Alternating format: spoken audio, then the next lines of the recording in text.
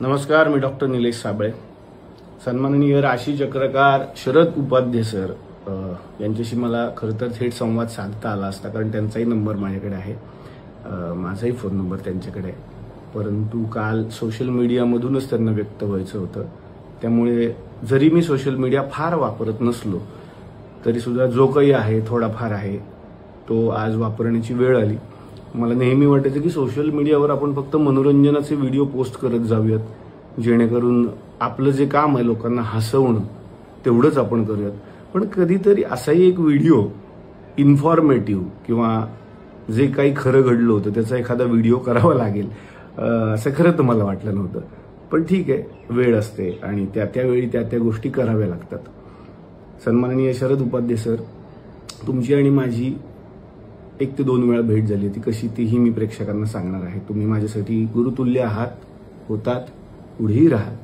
परंतु काल सुरुवात जी तुमच्या पोस्टची आपण केलीत की डॉक्टर निलेश साबळे यांना झी मराठीने डच्चू दिला. मी खाली का बघतोय, मी मुद्दे काढून बोलतोय, उगाच वेग काहीतरी बोलत नाहीये म्हणून मी मुद्दे काढून बोलतोय. कारण उगाच माहिती न घेता एखादा पटकन व्हिडिओ बनवणं किंवा पटकन काहीतरी लिहिणं मला वाटतं ते जबाबदारीचं वाटत नाही माझ्यासारख्या माणसाला.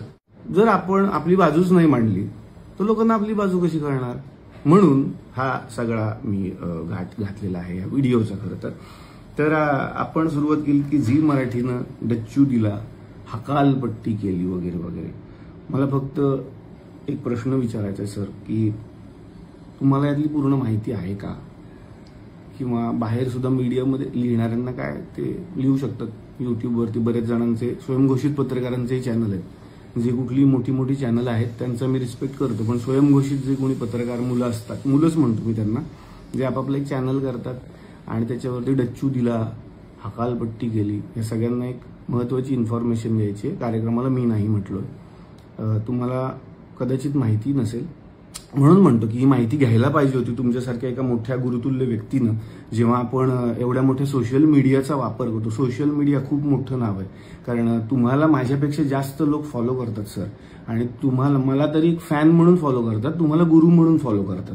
त्यामुळे मला असं वाटतं की जबाबदारी खरं तर तुमची जास्त होती की आपण खरंच माहिती घेऊयात. झीमध्ये तुमच्याही ओळखी भरपूर आहेत. तुम्ही एक फोन करून विचारू शकला असतात की काय झालंय, निलेश साबळे या कार्यक्रमात का नाहीये. झी मराठीत सर अनेक लोक तुम्हालाही मानतात, त्यामुळे तुम्ही एखादा झी मराठीत फोन करून विचारायला पाहिजे होतं, माहिती घ्यायला पाहिजे होती की गेले जवळपास 6 महिने झी मराठीच्या अधिकृत व्यक्ती जे त्या हेड पदावरती आहेत त्यांनी मला अनेक वेळा फोन केले होते. मी नाव घेऊन बोलू शकतो. सन्माननीय रोहन राणे जे नॉन फिक्शन हेड होते, ज्यांनी मला 6 महिन्यात अनेक वेळा फोन केले होते की आपण चला हवे सुरू करतोय, तुमच्याशिवाय डॉक्टर तो होणार नाही, एकदा आपण मीटिंग करायला पाहिजे. म्हटलं आपण मीटिंग नक्कीच करूया. तदनंतर अगदीच 1-1.25 महिन्यापूर्वी माझी सविस्तर 2 तासांची झी मराठी बरोबर मीटिंग झाली आहे त्यांच्या चॅनलला, वरळीच्या ऑफिसला. ज्यावेळेला त्यांनी मला सांगितलं होतं की आपण कार्यक्रम करतोय आणि कशा पद्धतीनं करता येईल याविषयी एकदा बोलूया. माझ्या काही अडचणी होत्या. मी जो एक सिनेमा करतोय त्यात मी सध्या अडकलोय, त्याचं शूटिंग अजून 1.5 महिना चालणार आहे. त्यामुळे त्या तारखा न जुळल्यामुळे आणि अनेक वेगवेगळी कारणं असल्यामुळे सध्या या कार्यक्रमातून माघार घ्यायची मी त्यांना रिक्वेस्ट केली की मला माघार घेऊ द्या. याचा अर्थ असा होत नाही की मला कार्यक्रम करायचा नव्हता, मी नकार दिला. मी पुन्हा एकदा क्लिअर करतो, पण मी स्वतःहून या कार्यक्रमातून बाहेर पडलोय. मी स्वतःच म्हणालोय की मला कार्यक्रमात आत्ता तरी भाग घ्यायचा नाहीये. सेम भाऊ कदम सरांचं सुद्धा आहे. भाऊ सध्या माझ्याच बरोबर माझ्याच सिनेमात काम करत आहेत, तेही या कार्यक्रमात नाही आहेत. 2 माणसं या कार्यक्रमात नाही आहेत. पण का नाही आहेत याचं कारण तुम्ही जाणून घेतलं का? मला असं वाटतं की सर तुमच्यासारख्या एका मोठ्या व्यक्तीनं थोडी माहिती घ्यायला पाहिजे होती की निलेश साबळे कार्यक्रमाला नाही म्हणालेले आहेत. आणि हे मी माझ्या ऑफिशियल चॅनलवरून आत्ता सांगतोय, माझ्या या सोशल मीडिया अकाउंटवरून सांगतोय. याला झी मराठी सुद्धा दुजोरा देईल जर आपण त्यांना विचारलं तर. अगदी ते सांगतील सुद्धा की माझी मीटिंग किती वेळ आणि कुठे झालेली आहे. मला त्यानंतर बोलायचंय, तुम्ही जे म्हणालात की निलेश साबळे यांच्या सेटवरती माझा अपमान झाला किंवा थेट आता तो मीच केलाय असं तुमचं म्हणणं आहे, म्हणून मला ते जरा सगळ्यांच्या समोर मांडायचं होतं की 2014 ते 2015च्या मध्ये हा एपिसोड शूट झालेला आहे, जेव्हा कार्यक्रम नवा होता. कार्यक्रमाच्या पहिल्या 50 भागांमधला हा भाग आहे. त्यामुळे ते जे वाक्य आहे की 10 वर्ष झाली डोक्यात हवा गेली होती, तर वाक्यात मग पुन्हा प्रॉब्लेम होतोय, कारण 50च एपिसोड झालेले आहेत आणि तुम्ही म्हणता तेव्हा ही घटना घडली आहे. तर तेव्हा हवा गेली होती कदाचित. मग 10 वर्ष झाल्यावर हवा डोक्यात गेली, ही वाक्यच वेगळी वेगळी वाटतात मला सरळ सरळ. पहिल्या 50 भागातच चला माझ्या डोक्यात हवा गेली असेल असं तुमचं म्हणणं आहे. पण मला एवढं सांगायचं की तुम्ही ज्या ज्या गोष्टींची माहिती सोशल मीडियातून समोर आणली ती म्हणजे मला सेटवरती बोलावलं, मला पाणीही विचारण्यात आलं नाही. मला सगळ्यांना सांगायचं की SL विजन नावाची खूप मोठी कंपनी, खूप नावाजलेली झी मराठीची कंपनी चला हवा येऊ द्याचा सगळा कारभार सांभाळते आणि त्यांनी उत्तम हा कारभार सांभाळलाय आजपर्यंत. कंपनीची किती माणसं काम करतात, जे जे लोक हवा येऊ द्याच्या शूटिंगला आलेत त्या सगळ्यांना माहिती आहे. चॅनलची माणसं आलेल्या कलाकारांना रिसीव्ह करण्यापासून त्यांच्या मेकअप रूम पर्यंत नेण्याचं कामही करत असतात. क्लासिक स्टुडिओ जो मीरा रोडला आहे त्या क्लासिक स्टुडिओला याचं चित्रीकरण झालं आणि क्लासिक स्टुडिओची सगळ्यात मोठी रूम ही शरद उपाध्ये सरांना देण्यात आलेली होती, जी AC रूम होती. मला जितकं माहिती आणि जितके कलाकार हवा येऊ देत आलेले आहेत त्या सगळ्यांना हे माहिती असावं की प्रत्येक मेकअप रूममध्ये ऑलरेडी पाण्याच्या बाटल्या ठेवलेल्या असतात. कारण आदल्या दिवशी त्याची रिहर्सल होते, म्हणजे आदल्या दिवशी त्याची मीटिंग होते की कोणाच्या रूममध्ये काय काय गोष्टी असायला पाहिजेत आणि त्या असायलाच पाहिजेत अशी ती स्ट्रिक्ट वॉर्निंग असते. याही व्यतिरिक्त तुमचं म्हणणं होतं की माझ्याशी निलेश साबळे बोललेच नाही. बरं, पाण्याचा मुद्दा आणखीन मला थोडा पुढे न्यावा असं वाटतोय. पाणी विचारलं नाही ही खरंच माझी जबाबदारी असेल का असं मला अजूनही प्रश्न पडलेला आहे. कारण मी स्टेजवरती होतो, तुम्हाला जसं आठवतंय मी रिहर्सल करत होतो आणि आपण सर आपल्या रूममध्ये होतात. माझी रिहर्सल उरकून मी प्रत्येक कलाकाराच्या रूममध्ये गेलो, त्यावेळी तुम्हाला पाणी नाही मिळालंय. ह्याला मी जबाबदार आहे का मला अजून कळत नाही. मी ब्लँक आहे गेले 3-4 तास की मी जर स्टेजवर आहे आणि सरांना खाली पाणी नाही मिळालंय, ज्याचा निर्माता मी नाहीच आहे, त्या शोचा ज्याचा शोचा निर्माताच मी नाहीये. बरं, त्या निर्मिती संस्थेला मी दोष देतोय का तर नाही, त्यांची कामाची पद्धतही मी तुम्हाला सांगितली. तरीही पाणी न देणं हा अपमान मी कसा केला मला माहिती नाही. त्यानंतर दुसरा एक मुद्दा आहे, तुम्ही म्हणताय की स्टेजवरती जाताना निलेश साबळेंनी मला स्माईलही नाही दिली. हे एक वाक्य आपण धरूयात. आणि दुसरं वाक्य तुम्ही बोलताय की सगळ्या कलाकारांच्या रूममध्ये निलेश साबळे जात होते, त्यांच्याशी ते गप्पा मारत होते आणि शेवटी 4 वाजता माझ्याकडे आले. 4 वाजता मी तुमच्याकडे आलोय तुमच्या म्हणण्याप्रमाणे, म्हणजे तुमचा माझा काहीतरी तुमच्या रूममध्ये संवाद झालाय. जेवढं मला आठवतं, आणि हे काही उगाच मोठेपणा म्हणून मी सांगत नाही, अनेक कलाकारांना माहिती आहे माझ्यापेक्षा जेवढे लोक मोठे असतात त्या सगळ्यांच्या पाया पडूनच मी त्या रूममध्ये एंट्री करतो. अनेक मोठमोठी मंडळी आहेत, मी पाया पडल्याशिवाय त्यांच्या रूममध्ये जात नाही. तसंच तुमच्याही बद्दल झालं, ज्याला साक्षीदार वैजयंती आपटे मॅडम आहेत आणि केशव पेडणेकर हे जेव्हा चॅनलकडून हा शो सांभाळायचे ते सुद्धा याला साक्षीदार आहेत. आम्ही तुमच्या रूममध्ये आलो, मी तुमच्या पाया पडलो, तुम्ही मला आशीर्वाद दिलेत, तुम्ही माझं खूप कौतुकही केलं, मला सांगितलं की कार्यक्रम अजून पुढे चालू आहेत. मग आपण संवाद साधला की आज अशा अशा पद्धतीनं हा एपिसोड होणार आहे, ही प्रहसनं आम्ही तुमच्यासमोर सादर करणार आहोत, अशा आपण गप्पा करणार आहोत. आता हा झाला एक मुद्दा 4 वाजताचा. तदनंतर मी स्टेजवरती गेलोय आणि आपण सगळे स्टेजवरती जातो नॉर्मलीच, आधी ठरतं काय काय करणार. जर मी स्टेजवरती गेलो, आता स्टेजवरती जाताना मी कुठली स्माईल देणं अपेक्षित आहे मला अजूनही कळलेलंच नाही, जर आपला संवाद ऑलरेडी झालाय सर.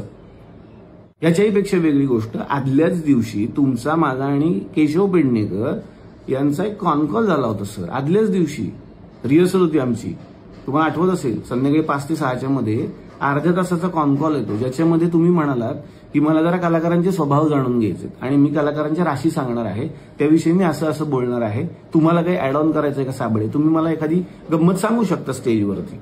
हा एक खूप हसत खेळत आपला संवाद झाला होता, ज्यात तुम्ही काही मला जोक्स पण सांगितले होते. मी पण सांगितलं की भाऊ कदम यांच्याविषयी तुम्ही जरा गंमत करा, अमुक कलाकाराविषयी ही गंमत तुम्ही सांगू शकता. हा एक हसत खेळत संवाद आदल्या दिवशी 1 तासाचा झालाय की आपला, म्हणजे आपली अजिबातच ओळख नव्हती असंही नव्हतं आणि खरंच झालाय हा संवाद, तुम्हाला आठवतही असेल. तदनंतर तुम्ही म्हणताय की माझ्या रूममध्ये आलेच नाहीत, शेवटी 4 वाजता आलेत, इतर कलाकारांच्या रूममध्ये गप्पा मारत बसले होते. तर इतर कलाकार त्यांच्याबरोबर कोण होते हेही मला सोशल मीडियात सांगायचंय. इतर कलाकार म्हणजे त्या एपिसोडमध्ये होते मंगलगाणी दंगलगाणी मेरी आवाज सुनो, आवाज की दुनिया याचे संस्थापक आणि खूप मोठे व्यक्तिमत्व अशोक खांडे सर, आणि दुसऱ्या रूममध्ये होते बोलक्या बाहुलीकार रामदास पाध्ये सर. मी यांच्या रूममध्ये गेलो होतो आणि मी गप्पा नव्हतो मारत, कारण साधारणपणे त्यांचं वय आणि माझं वय याच्यात खूप फरक आहे. पण रामदास पाध्ये सर आजच्या या कार्यक्रमात काय काय सादरीकरण करणार आहेत हे मला ते सांगत होते. त्यांनी परदेशातून काही नवीन बाहुले आणलेले आहेत, त्याविषयी ते मला माहिती देत होते, जी की घेणं मला गरजेचं आहे, कारण आपला संवाद आदल्या दिवशी झालाय, तुम्ही काय काय सादर करणार आहात. रामदास पाध्ये सर त्याच दिवशी आल्या कारणानं आणि त्यांच्याशी आदल्या दिवशी माझा संवाद झालेला नाहीये, ते मला सांगत होते की दिग्दर्शक म्हणून हे तुला पटतंय का बघ, की आणखीन यात ते ऍड ऑन करूयात. सेम अशोक खंडे सरांनी त्यांचा एक मोठा ताफा आणलेला होता, जे की गाणार होते, नृत्य करणार होते आणि ते रात्री शूटिंग वेगळं होणार होतं आपल्या गप्पांनंतर. तर ते सांगत होते कुठली कुठली गाणी आपण यामध्ये घेऊ शकतो, कुठल्या कुठल्या गोष्टी आपण सादर करू शकतो. साधारणपणे सर, जेव्हा दिग्दर्शकीय धुरा सांभाळायची असते, प्रत्येकाला माझ्या पद्धतीनं वेळ देणं जेवढा शक्य होता, गरजेचा होता, तेवढा मी आतापर्यंत हवायोद्यात दिलेला आहे. त्यानंतर एक महत्वाचा मुद्दा तुम्ही लिहिलाय की कार्यक्रमात 15 मिनिटातच भराभर माझं काम उरकण्यात आलं. तर तसं होत नाही सर, हे सगळ्यांना माहिती आहे. कार्यक्रमात रोल जो टाइम असतो आमचा, तो कमीत कमी 2-2.5 तासांचा असतो. प्रेक्षकांच्या समोर एपिसोड 45 मिनिटांचा जातो, पण त्याच्यासाठी रोल 2 तास होतो हा कार्यक्रम. आणि अगदीच हे सिद्धच करायचं झालं तर झी मराठीशी तुम्ही संवाद साधू शकता की त्या दिवशी कार्यक्रम किती वेळ रोल झाला होता. 2 तास हा रोल होतो. आणि जे लोक कार्यक्रमात आलेले आहेत त्या सगळ्यांना माहिती, प्रेक्षक म्हणून जे लोक आले त्यांनाही माहिती आहे की कार्यक्रम किती वेळ रोल होतो. सर, प्रत्येक कलाकाराला आपापला मुद्दा मांडण्यासाठी आणि आपली कला सादर करण्यासाठी भरपूर वेळ कार्यक्रमात दिला जातो.